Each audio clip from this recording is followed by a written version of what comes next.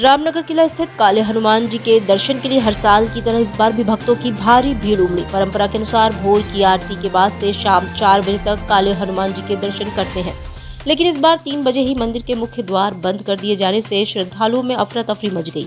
ACP कोतवाली doctor Ishan Soni ने बताया कि किले के पास एक हाथी आया और उसने अपना सूंड हिलाया, जिसके बाद वहां उपस्थित दर्शनार्थियों में भगदड़ मच गई। मौके पर स्थिति को काबू पा लिया गया। हाथी जो है वो अंदर किले की तरफ आया, तो उसकी वजह से उसने सूंड वगैरह थोड़ा हिलाई तो हल्की सी धक्का मुक्की हुई।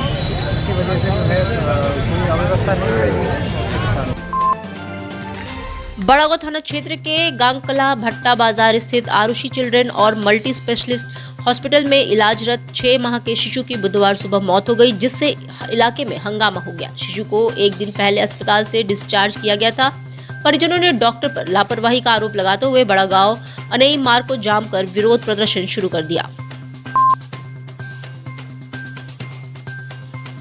उत्तर प्रदेश राज्य महिला आयोग की सदस्य नीलम प्रभात, अपर पुलिस उपायुक्त महिला अपराध ममता रानी और जिला प्रोबेशन अधिकारी सुधाकर शरण पांडे ने बुधवार को सर्किट हाउस में जन सुनवाई की। इस जन सुनवाई में महिला उत्पीड़न से संबंधित 43 प्रकरणों के त्वरित निस्तारण के निर्देश दिए गए। प्रधानमंत्री नरेंद्र मोदी 20 अक्टूबर को अपने संसदीय क्षेत्र वाराणसी के 46वें दौरे पर आ रहे हैं। इस एक दिवसीय दौरे को लेकर प्रशासन पूरी तरह से सतर्क हो गया है। वाराणसी के पुलिस कमिश्नर मोहित अग्रवाल ने सुरक्षा तैयारियों का जायजा लेते हुए अधिकारियों को निर्देशित किया कि प्रधानमंत्री के आगमन और जनसभा के दौरान आम जनता को कोई असुविधा न हो। देखिए, माननीय प्रधानमंत्री जी के आगमन को लेकर के पार्टी के पदाधिकारियों के साथ आज यहाँ पर भ्रमण किया गया है और इस तरह की हम लोग व्यवस्था बनाने की ये प्रयास कर रहे हैं कि आम जनता को भी कोई तकलीफ ना हो और रैली में जो लोग आए उनको बहुत कम चलना पड़े और वो सभा स्थल तक पहुंच जाए। इसके अलावा एक फुल प्रूफ सिक्योरिटी प्लान यहाँ पर रहेगा। कई स्तर की सुरक्षा योजना हमारी है, जिसमें मल्टीपल लेवल ऑफ लेयर्स रहेंगी। उसमें हमारे ATS के जवान रहेंगे, SPG तैनात रहेगी। इसके अलावा करीब 5000 पुलिस के जवान यहाँ पर तैनात किए जाएंगे। रूफटॉप ड्यूटी लगेगी, ड्रोन से निगरानी की जाएगी।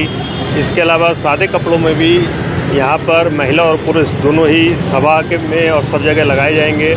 ट्रैफिक की इस तरह व्यवस्था की जाएगी कि कहीं पर जाम न लगे।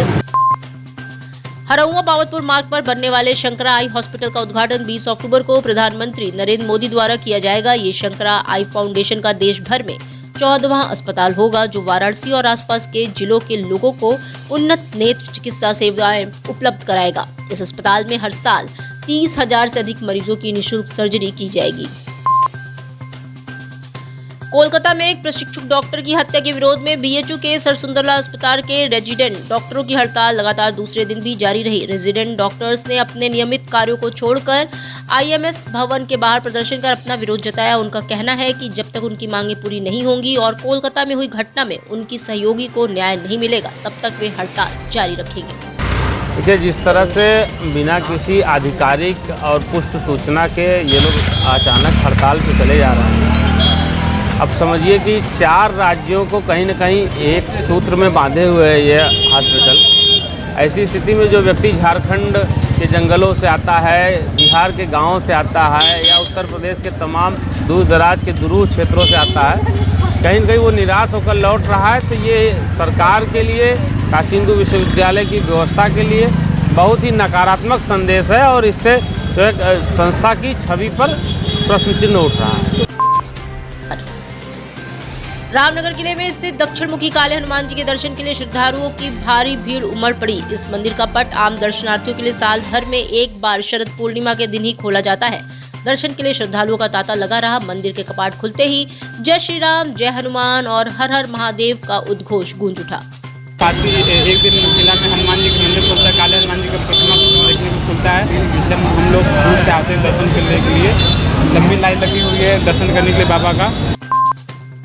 रामनगर की विश्व प्रसिद्ध रामलीला के बाद बुधवार की भोर में आरती हुई। इसमें अपार जन सैलाब उमड़ा। भोर में ही लाखों की संख्या में लोग आरती देखने पहुंचे। इस दौरान जय श्री राम, सियावर रामचंद्र की जय, हर हर महादेव के उद्घोष से चारों दिशाएं गूंज उठी।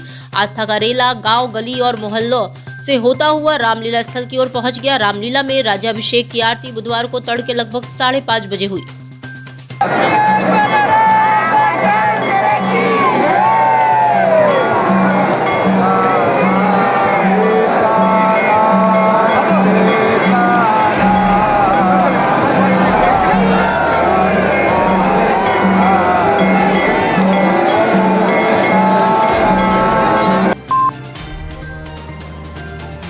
वाराणसी में आयोजित होने वाले विभिन्न इवेंट्स यथा काशी सांसद स्केचिंग प्रतियोगिता, काशी सांसद पेंटिंग प्रतियोगिता, काशी सांसद फोटोग्राफी प्रतियोगिता, काशी सांसद सांस्कृतिक महोत्सव, काशी सांसद खेल प्रतियोगिता एवं काशी सांसद ज्ञान प्रतियोगिता, काशी सांसद गाइड प्रतियोगिता के लिए ऑनलाइन रजिस्ट्रेशन शुरू हो गया है। जिलाधिकारी एस राजलिंगम ने बुधवार को इसकी जानकारी दी।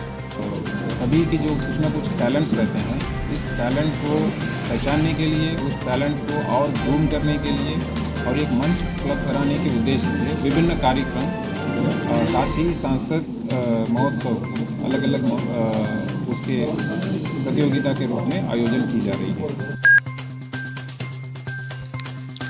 काशी और चंदौली को जोड़ने वाले गंगा नदी पर प्रस्तावित सिग्नेचर ब्रिज की डीपीआर फाइनल हो चुका है। रेल मंत्री अश्विनी वैष्णव ने इस ब्रिज के डिजाइन और प्रेजेंटेशन को साझा किया, जिसमें 4 लेन के रेलवे ट्रैक और 6 लेन के सड़क के ब्लूप्रिंट का उल्लेख किया गया है। ये ब्रिज 2642 करोड़ रुपए की लागत से 2028 तक तैयार किया जाएगा, जिसे अगले 1.5 सालों के लिए डिजाइन किया गया है। कैपेसिटी में one of the biggest bridges में काउंट हो। हमारा एंटायर ईस्ट और नॉर्थ, ईस्ट और वेस्ट, इन दोनों को जोड़ने का ये एक बहुत बड़ा कॉरिडोर है और इस कॉरिडोर पे गंगा जी पर ये ब्रिज अपने आप में बहुत बड़ा एक मेजर कनेक्टिंग लिंक है। इस ब्रिज को कंस्ट्रक्ट करने में 2642 करोड़ रुपीस का इन्वेस्टमेंट लगेगा और एक आइकॉनिक स्ट्रक्चर बनेगा। ये उसकी लोकेशन दिखाई गई है कहाँ पे बन रहा है।